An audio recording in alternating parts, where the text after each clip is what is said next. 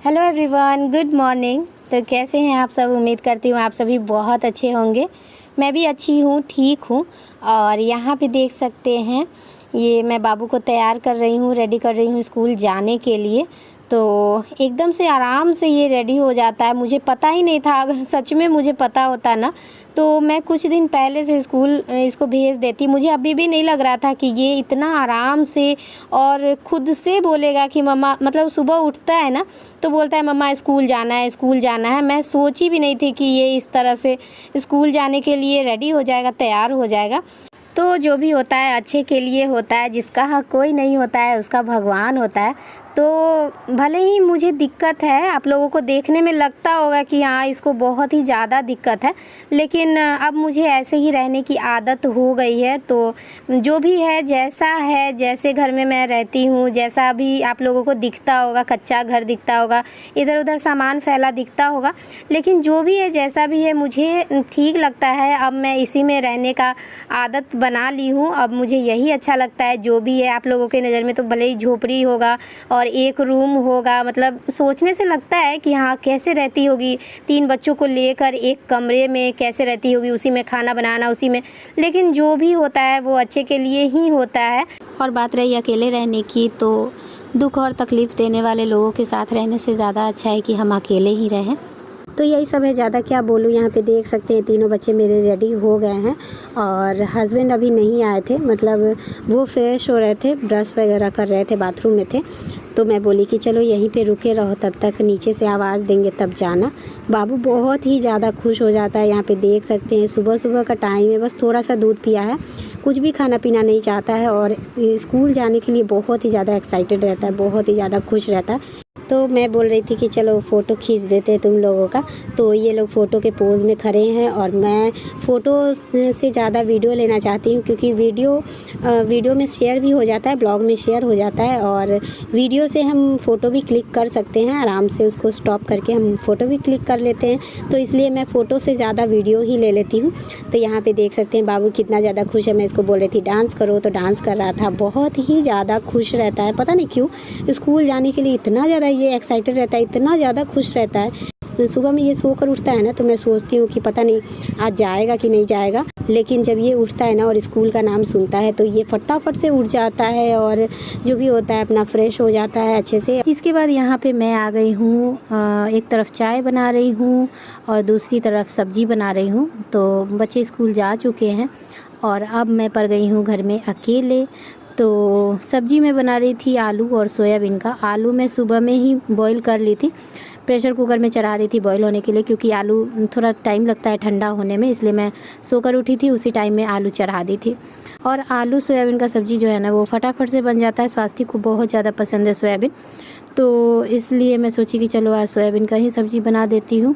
और सोयाबीन या फिर चना मटर ये सब अगर सब्ज़ी बनता है ना तो इसमें ज़्यादा टाइम नहीं लगता है, क्योंकि काटना नहीं पड़ता है ना। सब्ज़ी काटने में भी बहुत ज़्यादा टाइम लग जाता है, तो काटना नहीं पड़ता है। यहाँ पे देख सकते हैं सब्ज़ी, हाँ तो यहाँ पे देख सकते हैं कि सब्ज़ी मैं चढ़ा दी हूँ, फ्राई हो रहा है हल्का फुल्का। वो फ्राई हो जाएगा ना उसके बाद मैं उसमें पानी डालूँगी।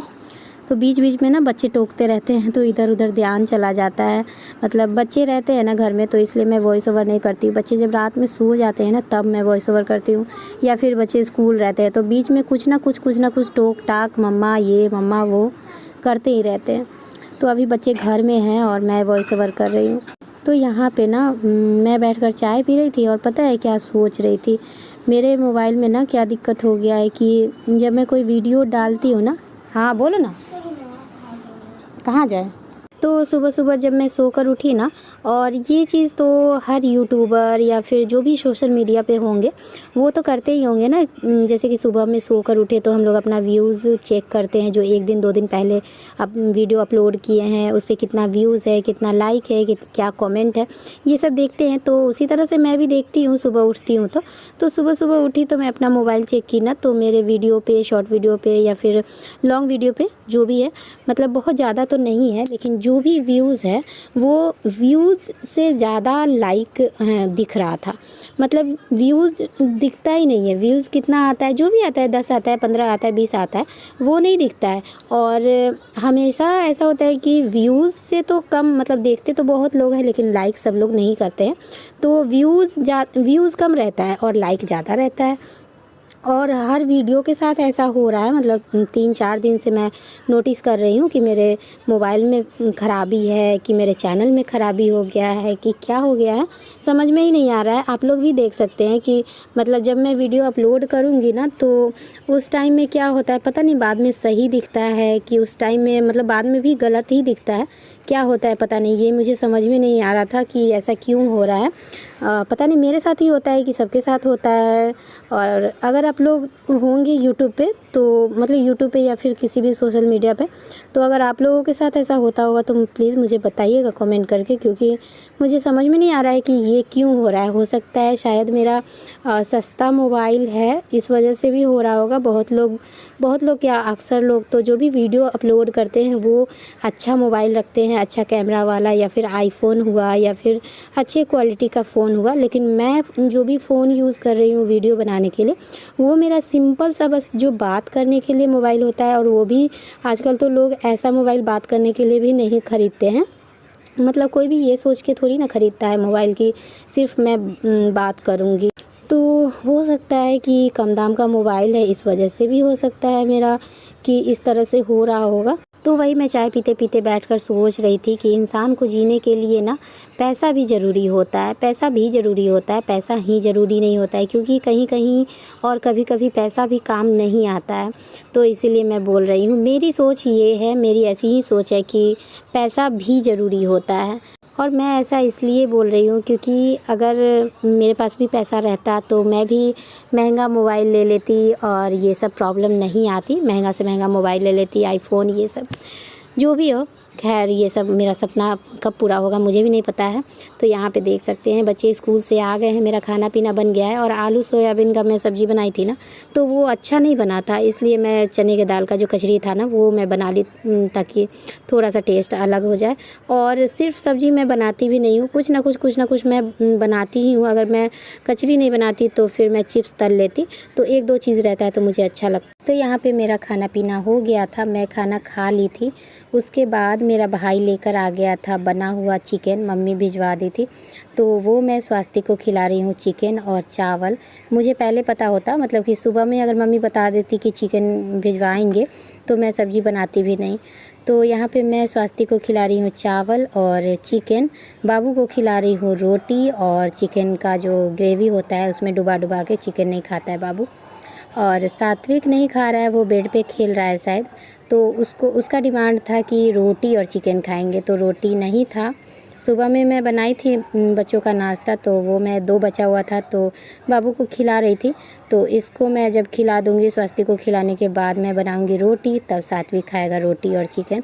पता नहीं ये चावल बिल्कुल भी खाना नहीं चाहता है, इसको चावल पसंद ही नहीं है, चावल नहीं अच्छा लगता है। जब भी मैं खिलाती हूँ तो ज़बरदस्ती डांट के खिलाती हूँ, क्योंकि बहुत ज़्यादा पतला दुबला है और चावल खाने से थोड़ा सा बच्चा हेल्दी होता है, इस वजह से मैं इसको चावल खिलाती हूँ।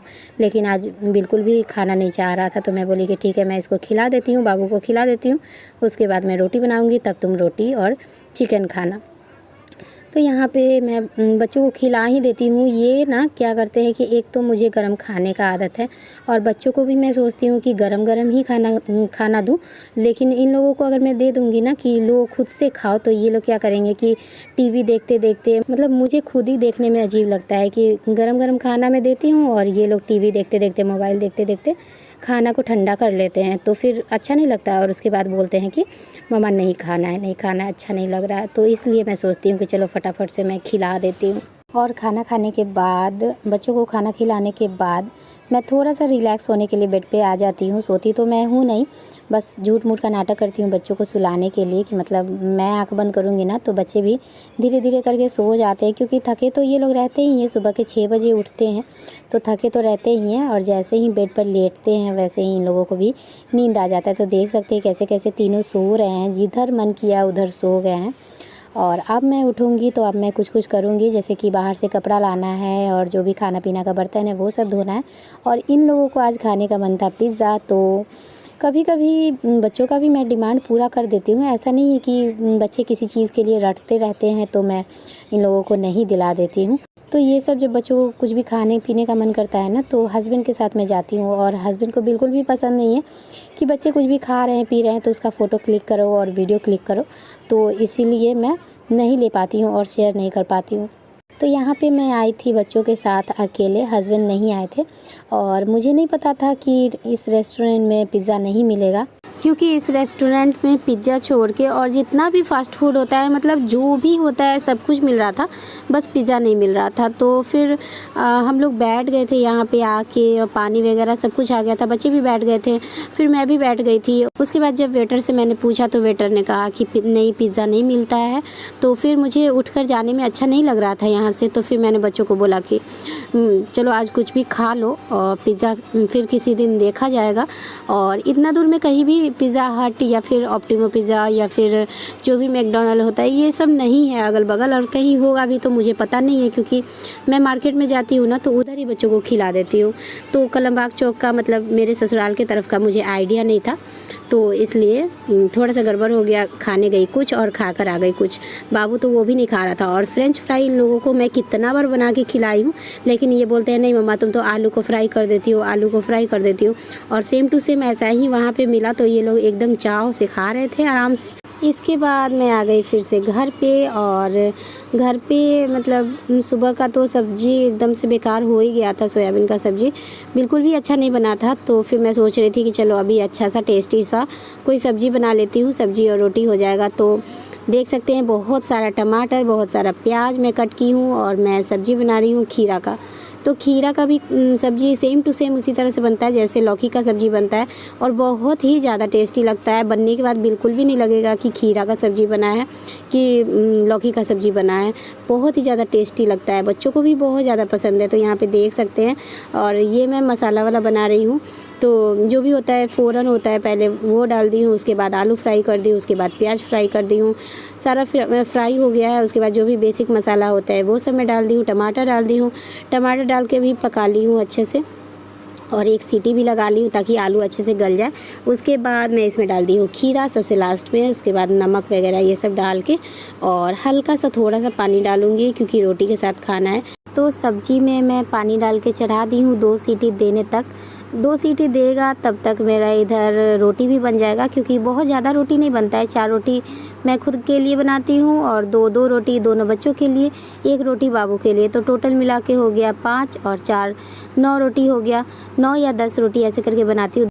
10 रोटी बनाऊँगी तब तक 2 सीटी दे देगा, सब्जी भी बनकर हो जाएगा तैयार।